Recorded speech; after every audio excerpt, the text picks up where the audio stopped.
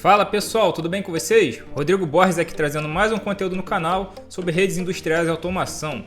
Galera, no vídeo de hoje é um vídeo especial que eu vou estar respondendo a dúvida de um dos inscritos aqui do canal, que foi feita essa semana, né? E a dúvida era a seguinte: o inscrito me perguntou se era possível, dentro da família de controladores de Logix 5000 da Rockwell, né? Ou seja, lá, a família do Contrologic, Compact Logic, que aí ele fez trabalho lá ou com o RS Logix 5000 ou com o Logix Design, né, na plataforma Studio 5000.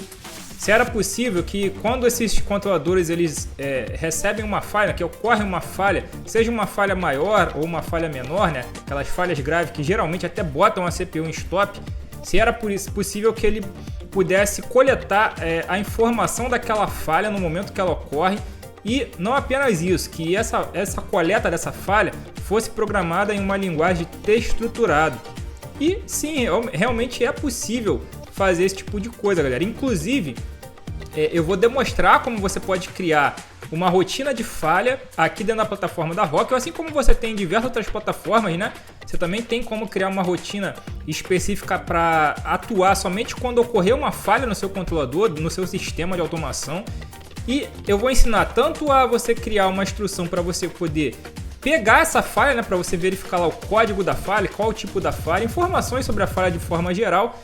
E eu também vou ensinar para vocês como é que você pode criar uma lógica que não apenas leia essa falha, mas que ela evite que a sua CPU vá para stop. Então, dessa forma, né, muitas vezes é interessante que, dependendo do tipo de falha que ocorrer, que a sua CPU não pare totalmente. Porque quando ocorre, por exemplo, uma falha grave, independente de qual ela seja, a sua CPU ela vai para stop. E isso às vezes pode ser um problema, né, dependendo do seu processo. De repente, um tipo de falha, de repente um erro de instrução, alguma coisa assim, de repente não é legal que ela pare tudo, que pare de executar tudo. De repente que ela pare uma parte do programa e que outra parte continue trabalhando, que você possa tratar esse erro sem ter que parar todo o teu processo. Então, se você quer aprender como é que se faz isso, fica comigo até o final dessa aula que você vai aprender. E se você gosta desse tipo de assunto, já deixa o teu dedo aí no like para poder fortalecer o meu trabalho. Deixa agora, não deixa para o final do vídeo não, que senão você vai esquecer. E se inscreva no canal caso você ainda não seja inscrito, tá bom, galera? E se você conhece alguém que trabalha com Rockwell, com CLPs da Rockwell, que não sabe fazer esse tipo de coisa que eu vou ensinar aqui, já compartilha esse vídeo aí com essa pessoa para que ela possa conhecer também, tá bom? Então, bora para aula, vamos ver como é que a gente pode estar criando essa rotina de falha e fazendo tudo isso que eu falei com vocês agora. Vamos lá!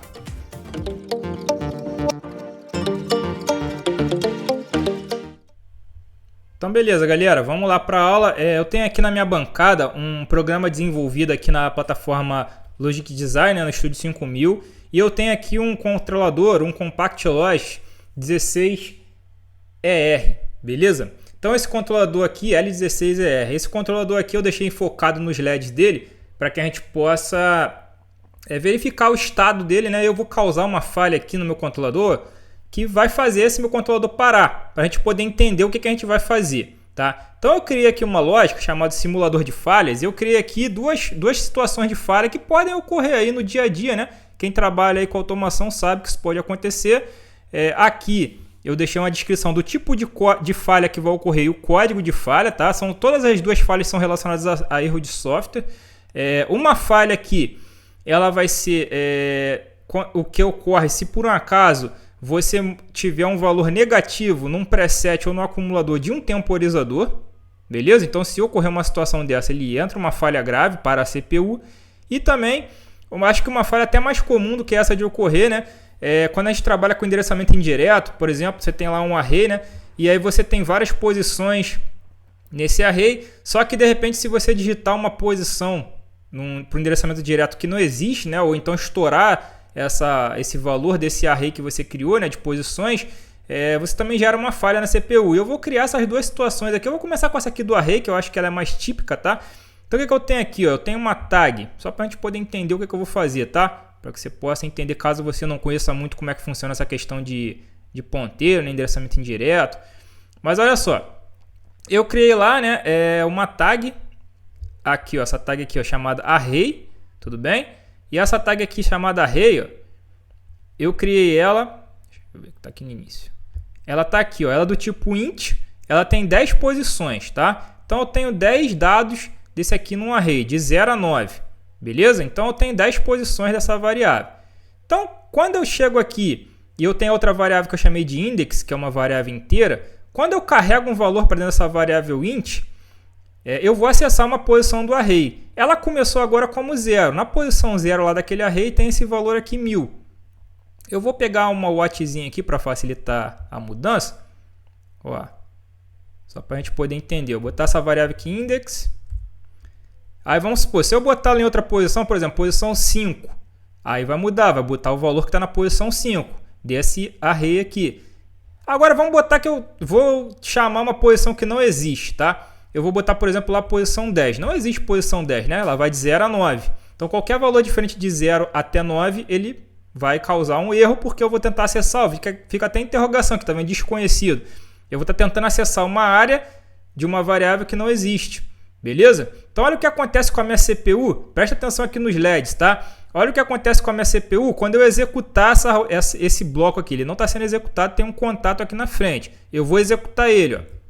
Executei. E olha só o que aconteceu. A minha CPU automaticamente entrou em falha. Tá vendo aqui piscando LED vermelho, né? De OK, está em falha. Ela não está mais executando, ó, parou de executar. Isso quer dizer o quê? Que por causa desse erro de programa aqui, todos os meus outros programas pararam de ser executados. Olha aqui o estado dela, fault. Ó. Aí se eu for lá, ó, por exemplo, se eu clicar aqui e dar um go to faults, eu consigo ver, né, lá na configuração do controlador o que é a falta. Ela é uma falha grave, né, que é o measure faults, e aqui ele diz, ó, uma falha do tipo 4 e código 20. E aí ele diz lá que o array, né, a subscrição do array é muito grande, tá, para a posição ou para o tamanho. Então, quer dizer, eu estou tentando acessar um dado muito maior do que o array que eu declarei, certo? Só que isso é um problema, né? Pô, se eu tentar, vamos supor que isso aqui parou a minha lógica, parou minha máquina, né? Só que eu tinha outras funções lá, por exemplo, vou pegar essa outra instrução aqui, ó, que eu deixei, por exemplo, aqui para a gente poder visualizar, ó. Então, eu tinha outra lógica aqui que não tem nada a ver com aquele erro ali, né? Que é uma outra situação. E eu botei, por exemplo, aqui, ó, para poder ligar uma saída aqui. Então, se eu tentar aqui vir executar, ó, eu não consigo mais executar, tá vendo? Eu liguei o bit aqui, mas não liga a minha saída, que é essa saída 0 aqui. Então, eu estaria a máquina totalmente parada. E aí, dependendo do que for, né, isso não é interessante. Então, como é que eu posso fazer para resolver isso? Para criar uma lógica, né, que trate isso sem ter que parar todo o meu programa. A gente vai ver isso aqui nessa aula. Mas antes de fazer esse tratamento e evitar que ela pare, eu vou agora ensinar como é que eu posso capturar esse código, né, que foi a dúvida do aluno. Como é que eu posso capturar esse código de falha que ocorreu aqui para me poder visualizar? Porque se eu não capturar ele, para me saber, eu tenho que acessar aqui o programa, vir aqui, né, lá no Go to Faults, ou então vir na configuração aqui do controlador, clicar 2 vezes, e lá no Major Fault e verificar. Só que nem sempre eu vou estar com o computador em mãos e tal. De repente você tem uma comunicação disso aqui com o sistema supervisório, com uma IHM, e aí de repente seria interessante que lá na IHM aparecesse para você qual foi o código de erro. De repente com esse código de erro aí você já vai ter já uma visão do que está acontecendo e já vai poder tomar ação mais rápido. Então, aí tu fala assim, Rodrigo, mas como é que eu vou saber qual é o código de erro? Aqui, ó, se você for no help do seu Studio 5000 aí, você tem lá como pesquisar, por exemplo, os maiores faults. Eu estou olhando aqui só as falhas maiores, tá? Mas também tem as falhas menores, aí depois vocês podem consultar. Então aqui, ó, vem dizendo tipo e o código, qual é a causa e o que você tem que fazer para resolver. Então, de repente, você pode colocar até esse help aqui lá na sua IHM para poder aparecer. Ó, quando der a falha tal, já aparece para você o que é e o que você tem que fazer para resolver. Então, por exemplo, nossa falha lá que deu tipo 4, código 20, está dizendo aqui, ó, um array, né, com subscrição muito grande. Então, a estrutura, né, a posição ou o tamanho é inválido. Aí ele está mandando aqui, você verificar o ajuste do range, né, do tamanho, para ver se não excedeu o tamanho e tal. Beleza. Mas isso aqui já é uma informação que você poderia ter lá na sua IHM. Então, como é que eu poderia fazer para poder criar uma rotina aqui, né? Vou aumentar um pouquinho aqui, depois eu diminuo de novo para a gente poder acompanhar com a CPU. Como é que eu poderia criar uma rotina em texto estruturado que me permitisse pegar esse dado aqui no momento que a falha ocorre? Então, vamos lá. Primeira coisa que eu vou fazer, eu vou até botar offline aqui, que eu vou criar uma nova rotina. Eu vou vir aqui na minha main routine, já vou mandar adicionar uma nova rotina, ó, new routine, e eu vou escolher ela como texto estruturado, que foi o que o aluno pediu, né? Eu vou chamar ela aqui de fault. Beleza? Dá o nome que você quiser aí. Não vou chamar ela aqui na rotina principal, tá? Vocês já vão entender por quê. Antes de eu configurar essa rotina, eu vou fazer o seguinte. Eu vou vir aqui na parte de dados, tipos de dados do usuário, né? Para a gente poder criar um tipo de dado que eu vou precisar para poder trabalhar aqui nas nossas lógicas, tá? Uma estrutura de dados que eu vou precisar para poder coletar, né, essa informação do erro que vai ocorrer. Então, para isso, o que eu vou fazer? Eu vou vir aqui, ó, na parte de Assets, vou expandir, Data Types, aí tem aqui User Defined. Nesse cara aqui eu vou clicar com o botão direito e vou criar um novo tipo de dado, New Data Type. Aqui você dá um nome que você quiser, né? O nome que você achar mais sugestivo. Eu vou chamar aqui de Fault Record. Beleza? Aí você pode dar uma descrição se quiser. Eu vou simplificar aqui, tá? Só vou inserir o tipo de dado. Aqui você insere exatamente o tipo de dado que eu vou colocar aqui. Isso aqui tá lá quando você acessa lá o Help, onde tem lá o Major Fault, Minor Fault, ele te dá essa estrutura aqui, tá? Então, isso aqui não foi da minha cabeça, eu tirei do próprio manual aqui da Rockwell que ensina isso. Então, eu vou ter aqui um time low, um time high. Eu vou também ter aqui um type. Esse aqui, né?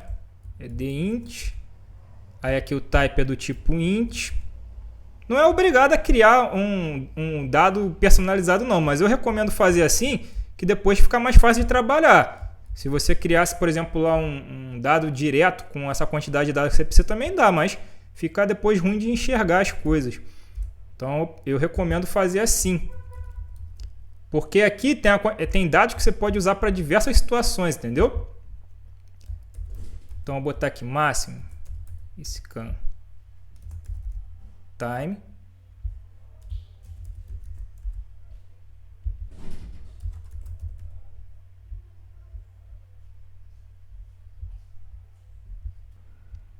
E o último aqui é uma string.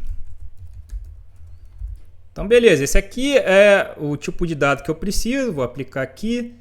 Criei aqui o meu fault record. E agora, eu vou vir aqui nas tags, né? Vou criar aqui nas tags do controlador mesmo, para ficar global. E eu vou criar duas tags aqui. Eu vou criar o Measure Faults. E aí ela vai ser desse tipo que eu acabei de criar, né? Que é o Fault Record. E aí você vai ver que a estrutura aqui, né? É aquela estrutura que eu determinei lá. E eu vou criar mais uma aqui. Major Faults Copy. Beleza? Vocês vão entender por que eu estou fazendo isso depois, tá? Beleza. Então, acho que é isso aqui. Beleza. Então, agora o que eu vou fazer? Vou vir para essa rotina aqui que eu chamei de Faults.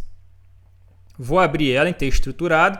E agora sim que eu já tenho a minha estrutura, né? Que eu já tenho lá a minha tag, né? Que eu vou usar. Agora sim eu vou criar a instrução aqui que vai fazer eu pegar esse código de falha quando ele ocorrer. Eu ainda não vou eliminar a falha, eu só vou coletar ele, né? E se, por exemplo, eu tiver uma IHM conectada nesse meu CLP aqui, eu poderia jogar essa informação lá na IHM. Eu vou usar uma instrução muito conhecida, que é a GSV, que é uma instrução aí que serve para a gente fazer diversas coisas aqui, tá? Que é o Get System Value. Eu posso pegar diversas informações do sistema, inclusive eu posso pegar informações de falhas que ocorrem, tá?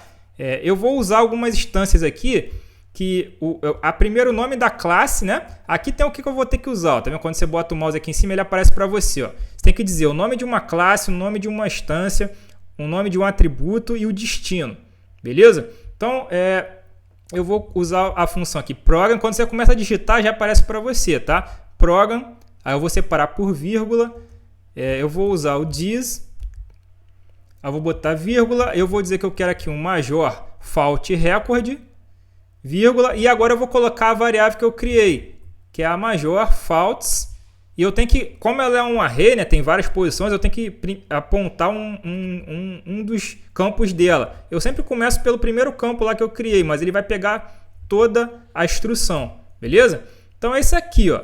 Isso aqui é a instrução, ó, instrução para guardar o tipo e código de falha ativa. Beleza? Então, quando ocorrer uma falha, isso aqui vai ser executado. Mas aí tu fala, pô, Rodrigo, mas você nem chamou ela na main routine e também, né? Como é que ela vai executar só quando ocorre a falha igual você falou? Aí que vem a jogada. Fiz isso aqui, tá ok? Posso validar aqui para ver se tá ok. Ó. O programa tá certinho, não tive nenhum erro. Então, o que eu faço agora? Eu venho aqui ó, no programa principal, clica com o botão direito em cima dele, vai nas propriedades e agora que a gente vai transformar essa rotina aqui realmente numa rotina de falhas. A gente vai vir aqui na parte de configuração e tá vendo que eu tenho aqui ó, assinatura de rotinas. Eu tenho a principal, que foi escolhida essa main routine aqui, e eu tenho uma defaults. Eu vou vir aqui ó, e vou escolher essa rotina aqui que eu criei como uma rotina defaults. O que eu estou dizendo aqui para o meu programa? Que quando ocorrer uma falha nesse controlador, ele vai executar o que tiver dentro dessa rotina aqui, tá ok? Ah, existem exceções? Existe, né, cara? Você vê que quando eu fiz isso, ela até ficou com um sinalzinho de exclamação aqui, tá vendo? Ah, vai ter momento que eu não vou executar ela? Vai, por exemplo, quando for uma falha grave aí, por exemplo, que para o processamento da CPU, aí não tem jeito. Uma falha de hardware da CPU lá, nem tudo vai executar ela, mas a grande maioria das falhas vai, tudo bem? E essas duas que eu coloquei para vocês aí, elas vão ser executadas, a gente vai ver isso aqui agora. Então, construir isso aqui, agora eu vou novamente descarregar essas alterações para minha CPU e a gente vai testar agora aquela mesma falha que eu testei, só que agora verificando, né, se eu vou ter essa informação nessa tag que eu criei. Então, eu vou dar um download aqui, né, vou descarregar. Estou descarregando tudo. Vocês viram que em momento nenhum eu chamei essa rotina dentro da main routine. Não precisa chamar, tá? Porque como ela foi criada aqui no main program e eu disse para o main program que essa é a minha rotina de falha, ela só é executada no momento que ocorre uma falha na CPU. Ela não vai ficar sendo executada ciclicamente, entendeu? Então vamos lá. Ó, vou rodar a CPU. Beleza. Posso até botar para monitorar aqui, ó. Tudo zerado. Eu vou até pegar essa rotina aqui agora. Eu vou botar na meu watch aqui e eu vou colocar essa tag aqui, para não ter que ficar abrindo lá a tabela de falha, a tabela de tag lá, né, que é um monte de coisa. Eu vou deixar a gente monitorando aqui, tá vendo? Então a gente vai reparar principalmente nesses dois campos aqui, ó, Major Type e Major Fault Code, tá? Que é o código e o tipo da falha. Agora eu vou fazer aquela mesma situação que a gente fez lá antes. E eu vou até fazer o seguinte, eu vou pegar aqui o index, né? Vou botar um index inválido, por exemplo, botar o index 50. Também não existe, né? Não importa, qualquer index que eu botar que não existe tá valendo. E eu vou botar agora lá o bit que eu ligo lá para dar a falha. Então presta bem atenção, ó. Vai entrar em falha a minha CPU, ó, entrou em falha. Vocês viram que aqui já mudou, né? O time low já mudou. E se eu abrir agora a tag que eu criei, olha que legal. As informações da falha, aquelas mesmas informações que eu acesso lá na CPU, estão agora nessa tag aqui, tá vendo? E agora, galera, se liga. Type e code aqui, 4 e 20, exatamente que a gente vê lá quando a gente acessa. Então, esses dados aqui, eu posso estar enviando para o meu sistema SCADA, para a minha HM, para o meu painel view. Independente do sistema que você tem lá de monitoramento, você pode estar mandando isso aqui. Por quê? Porque aí chegando lá, você vai ver que está em falha a sua CPU. E aí, de repente, você já vem né, com a ideia do que você vai fazer, do que ocorreu. Beleza? Mas isso aqui, né, ainda não evita que ela pare. Ela continua parando e eu continuo não podendo executar os programas porque eu parei a CPU e ela parou de rodar. Então, beleza. Vamos agora ver uma jogadinha, como é que eu poderia fazer para evitar que esse tipo de falha aqui, por exemplo, pare a minha CPU e que eu deixe de executar o programa. Então, vou dar aqui um Clear Faults para poder limpar a falha e vou rodá-la de novo. E agora vamos incrementar aqui agora, dentro dessa minha lógica aqui, dessa minha instrução, vamos incrementar uma lógica aqui para que eu quero que aconteça. Eu quero que quando essa falha aqui ocorrer, né, essa falha que a gente já viu, que ela é do tipo 4 e código 20, quando ela ocorrer, eu quero que ele não pare a minha CPU. Eu vou continuar querendo ver o que está acontecendo, mas eu quero que ela continue rodando, porque eu sei, por exemplo, que essa falha aqui é um erro de programa, mas que esse erro de programa aqui, ele não é crítico ao ponto de ter que parar minha máquina toda. Eu posso tolerar ele e depois resolvê-lo conforme a máquina estiver rodando, entendeu? Então, vamos lá. Vou fazer uma alteração aqui na minha lógica. A primeira coisa que eu vou fazer é o seguinte. Eu vou criar uma lógica aqui que acontece. Ela vai verificar essa falha. Quando essa falha aqui ocorrer, ele vai fazer a mesma coisa que a gente faz quando a gente clica aqui e dá um clear. A gente não dá um clear fault, eu não zero a falha e volta a rodar de novo. Então, eu vou criar uma lógica que ele faça isso automaticamente. Ele não vai deixar minha CPU parar. Quando ele detectar que essa falha, ele vai dar esse clear automático. Só que eu não quero que simplesmente dê o clear, né? E eu não fique sabendo o que está acontecendo. Porque aí senão eu vou ter um problema lá acontecendo e eu não vou resolver e ele vai ficar lá, né? Até dar um problema pior. Então, o que eu vou fazer? Por que eu copiei? Eu fiz duas instruções dessa major fault. Eu fiz a major fault e a major fault copy. Porque essa major fault copy, eu vou fazer ela executar e guardar esse código antes de resetar a falha, tá? Isso vai ser feito muito rápido. E essa major fault copy, que seria então a informação que eu ia mandar lá para o meu sistema SCADA, para a minha HM, para eu poder alertar o operador, alertar o pessoal da manutenção. Então, eu vou botar aqui, ó, instrução para alertar sobre falha ativa. Beleza? E aí, né, como a gente está fazendo um texto estruturado, a gente vai usar um if. Então, eu vou pegar o quê? Eu vou fazer um if. Aí, eu vou pegar uma condição aqui, ó, o meu major fault ponto .code, por exemplo. Poderia também usar o type, eu vou usar o code. Quando esse meu major faults.code ele for diferente de zero, ou seja, toda vez que esse meu major fault.code for diferente de zero é porque tem alguma falha. Ele sempre vai ser alguma coisa aí, vamos supor. Você poderia botar também o major fault.type também, certo? Porque se a gente for olhar aqui, ó, reparem uma coisa, nos code, vamos verificar se esse code tem algum code que é zero. Não é, ó. Ele é 1, 16, 40... Ele sempre vai ser um valor, ó. Ele nunca vai ser zero, tá vendo? Ó, 1, o menor valor dele é 1, mas ele sempre vai ser um valor, ó, 1, 3. Então, ó, se ele está diferente de zero, quer dizer que eu tenho uma falha, certo? Então, se ele for diferente de zero, então eu vou executar alguma coisa. O que eu vou executar? Eu vou pegar o valor que está naquele major fault code e major fault type, vou mandar para aquele major fault copy, beleza? Então, vou botar aqui, ó, major fault copy recebe o major fault copy ponto code, por exemplo. Code, ele recebe o que tiver dentro de major fault ponto code, ok? E aí, vou fazer a mesma coisa aqui depois, ó. Major fault code ponto type recebe o major fault.type. Então, eu só estou pegando o que está dentro de uma, né, e jogando para outra para poder armazenar, certo? Então, ele vai pegar o que está lá e vai armazenar. Ok, tudo bem. Agora, ele está até dando um valor aqui, né, porque como eu não zerei, esse valor ficou lá na variável lá, mas a gente vai depois ver como é que funciona isso aqui. E eu vou até fazer o seguinte, eu criei também uma tag aqui que é um bit, que além de ter isso aqui que eu posso mandar, eu posso criar um bit também aqui, né? Que ele ligue se tiver essa falha. Então, se ocorrer uma falha, eu quero ligar um bit. Então, eu criei um dado booleano aqui chamado fault active e eu vou dizer que se isso aqui ocorrer, eu quero que ele ligue. Beleza? E aqui eu vou dar um end if. Beleza? Então, show de bola. Então, essa aqui é a minha primeira parte da instrução. E agora, o que eu vou fazer? Agora sim eu vou criar a lógicazinha. Deixa eu até aumentar aqui para melhorar nossa visualização. Eu vou criar agora uma lógicazinha aqui que realmente nessa lógicazinha ela possa atuar limpando a falha automaticamente para não deixar minha CPU parar. E aí como é que eu faço isso? Parecido com o que eu fiz ali em cima, só que agora eu posso até fazer isso aqui, ó. Vai ser parecido, né?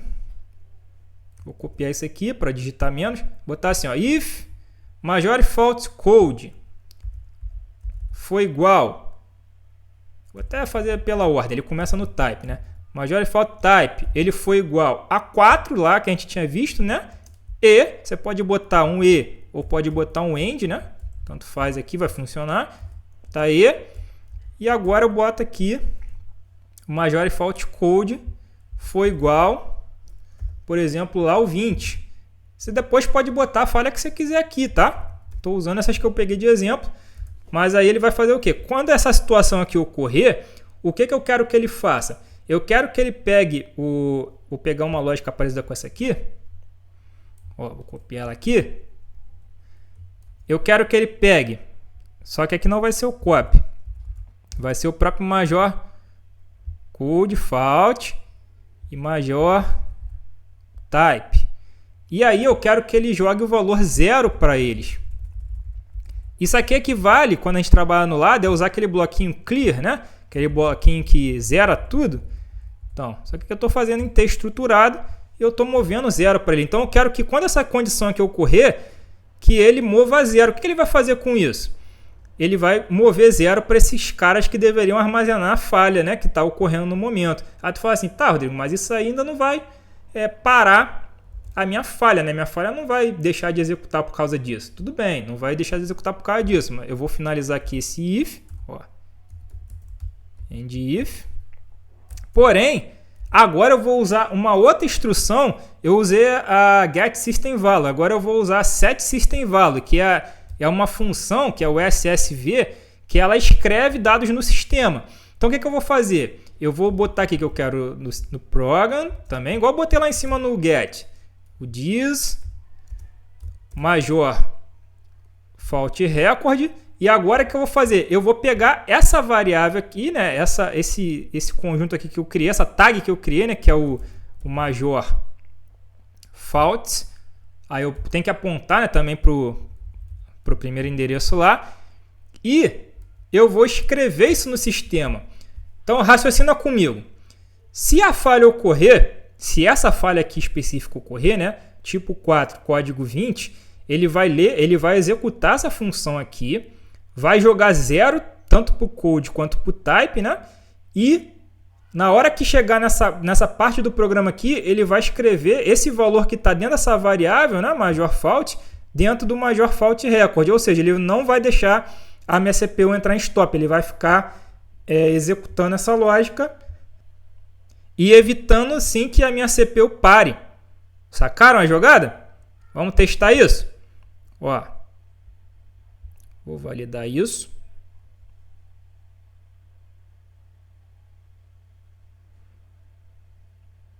Lembrando, né, que da maneira que eu fiz aqui, isso aqui só está valendo para essa falha aqui do código tipo 4, código 20. Qualquer outra falha que ocorrer vai continuar a mesma coisa, que eu só criei um filtro para ela. Tudo bem? Então vamos fazer isso. Vamos executar a falha novamente. Vamos ver isso aqui acontecendo. Ó. Agora eu vou pegar aqui, né? Vou botar aqui a minha watch e vou forçar aquela falha de novo. E vocês vão ver o que acontece. Nesse momento aqui, essa lógica ela não está rodando. Apesar de eu estar monitorando alguns valores aqui, é valores que já estavam nas tags quando eu montei ela aqui, mas ela não está executando. Inclusive, eu vou até pegar esse bit aqui, ó, do active de falha ativa, para a gente poder monitorar ele aqui também, ó. Beleza. Agora eu vou botar o index 50 aqui e vou executar novamente aquela bobina, né, que liga para dar a falha. E olha só que interessante. Eu tenho a falha ativa, está executando e olha aqui o estado da minha CPU. Eu vou mostrar para vocês que realmente a falha está atuando. Vou no meu simulador de falhas. Ó, vamos para a linha lá dela. Aqui, ó. Estou executando. Estou mandando um valor que não existe para aquela lógica e a minha CPU não entrou em falha. Mas a falha existe, a falha está aqui. Tá, ó, tá aqui, ó. Inclusive eu botei esse bitzinho aqui para sinalizar para a gente, ó. No major fault eu não vou, a falha vai ficar entrando e saindo, porque eu tô com a lógica lá, né, que executa, né? Então ela vai ficar zerando. Mas se eu for no copy, ó, se eu for no major fault copy, ele vai ficar fixo. Por quê? Porque ele executa só quando dá a falha, tá? E ele tá aqui, ó, código 4, quer dizer, tipo 4, código 20. Legal, né? Ó, para provar que o negócio realmente está funcionando, eu vou abrir outra lógica aqui, que não tem nada a ver com isso, né? Que é uma outra lógica aqui do meu programa. E eu vou tentar ligar essa primeira saída aqui, igual eu tinha feito naquela hora quando eu coloquei a falha. E tá ligando. Tá vendo? Então vocês se ligaram nas possibilidades que isso te abre. Mas isso é uma coisa que tem que ser feita com responsabilidade, né? Você não vai sair inibindo todas as falhas aí que você, sem conhecer teu processo, que você vai causar um problema aí na sua máquina, no seu processo. Mas isso aqui já ajuda pra caramba, né? Dependendo da situação. Mas e se der outra falha igual eu falei pra vocês? Ó, agora eu vou vir eu vou botar aquela outra falha. Lembra que eu tenho duas falhas aqui, ó? Eu tenho essa outra falha que eu deixei aqui. Eu deixei duas de propósito pra gente poder fazer isso. Essa falha aqui, ela vai fazer o quê? Quando eu ligar esse bit aqui, eu vou mover o valor -1 para dentro do preset desse temporizador. E o que acontece quando o preset vai a um valor negativo? Ele vai dar falha, olha só. Dá um Ctrl T. E aí, ó, instantaneamente já deu a falha. Minha CPU parou. Aí tu fala, mas você não tem a rotina de falha? Sim, a rotina de falha está executando, mas ela está executando isso aqui. Isso aqui não tem nada a ver com a falha que ocorreu. Ó. Essa aqui é a falha 4.20. Olha a falha que deu aqui agora. Falha 4.34. Não é essa falha aqui, então não executou nada aqui. Eu só peguei o valor da falha. Então, se eu quiser que isso aqui também trate essa falha, eu teria que vir aqui, ó, e criar um novo laço aqui que trate essa falha específica. Tá? Então, eu botaria aqui, ó, vou copiar isso aqui. Aí eu faria aqui, né, que a gente chama de else if, né? Se não se. Então eu faria um else if. E aí eu botaria aqui, ó, tipo 4, falha 34. Faria exatamente a mesma coisa que eu fiz aqui, certo? E aí agora, desse jeito aqui, ela trataria também essa falha. Então, primeiramente, antes de resolver tudo aqui, primeiro eu tenho que consertar aqui a besteira, né? Senão, quando eu botar para rodar lá, ele vai rodar e vai cair em falha de novo, antes de eu fazer download. Então tem que vir aqui. Primeiramente. Não, abri a rotina errada. É aqui mesmo. Eu tenho que vir aqui e tirar o set point negativo, desabilitar esse cara. Agora sim eu posso limpar. Clear fault. E agora sim, na minha rotina lá de falhas, né? Posso descarregar isso aqui, as alterações. Ó, e aí agora não tem problema. Agora eu vou executar novamente a falha nova, né? A falha do temporizador. Tá aqui normal ele rodando. Eu vou executar aqui e agora, mesmo dando a falha, eu não parei a minha CPU, sacou? Então, se eu for lá e verificar aqui, ó, na verdade também, né? Eu não estava em modo RAM. Ó, tô mandando -1, não vai executar corretamente, mas não parei minha CPU. E se eu for olhar na watch, eu vou verificar lá. Também aqui, calma aí, que eu não alterei também aqui, ó. Deixa eu ver aqui. Tá atualizando aqui. É porque tá com as duas falhas, né? Eu deixei dando um monte de falha ao mesmo tempo, calma aí. Deixa eu tirar uma falha, né? Por isso que eu tô visualizando duas falhas lá, porque ele tá competindo, né? Uma hora dá 4.20, outra hora dá 4.34, ele tá agora sim, mostrando a 4.34 aqui. Tá vendo? Então criei aqui uma rotina, né? Onde eu posso tratar as falhas sem fazer a minha CPU parar. Mas, conforme eu falei, né, muita responsabilidade na hora de fazer algo desse tipo aí, porque você tem que conhecer o que você está fazendo para que você não venha causar um problema, né, na sua planta aí, e deixar uma máquina que deveria parar não parando por irresponsabilidade. Beleza? Então estou ensinando um recurso que pode ser útil dependendo da situação. Vários controladores, né, diversos fabricantes têm rotinas que tratam falhas para impedir que a CPU vá direto para stop, né? O pessoal que trabalha muito com Siemens aí conhece muitas OBs de falha lá que fazem isso também. Eu estou mostrando uma opção de fazer aqui na Rockwell. Tem a documentação da Rockwell que ensina isso com mais detalhes, com mais opções que você pode fazer. Eu vou deixar aqui, ó, mostrar para vocês essa publicação aqui da Rockwell, tá? Que é o Logic 5000 Controle Major, Minor and I/O Faults. Se vocês pesquisarem isso aí no Google, se vocês jogarem assim, Major Faults, Rockwell, você já vai conseguir acessar o link disso aqui. E essa publicação aqui fala tudo o que vocês precisam saber, né, sobre essa questão de tratamento de falha, da rotina de falha. Então eu trouxe aqui um resumo, mas aqui tem informação completa, não é grande não, são 37 páginas. Mas aqui vocês podem ver muita informação de muita coisa que vocês podem criar para tratar diversos tipos de falhas aí, tá bom? Então galera, espero que essa dica aqui tenha sido útil para vocês. Eu espero que possa ajudar vocês aí nos projetos de vocês aí nas suas empresas a melhorar, né, a forma de trabalhar aí com os CLPs da Rockwell, tá bom? Qualquer dúvida, só falar comigo aí, deixa no campo de interação da plataforma. E se ficou até o final, cara, se curtiu esse vídeo, curte meu trabalho, me ajuda aí, deixa aquele like, custa nada, é de graça e você ajuda muito aqui que o YouTube divulgue meu trabalho para mais pessoas. Se você não é inscrito aqui no canal, considere se inscrever, cara. Aqui tem muito conteúdo bom que eu tenho certeza que vai agregar valor à sua carreira. E, se puder, né, ajuda divulgando esse conteúdo com mais pessoas que vocês conhecem, que gostam de Rockwell, que quer aprender mais sobre programação de CLP Rockwell, tá bom? Galera, um grande abraço, muito obrigado e até a próxima.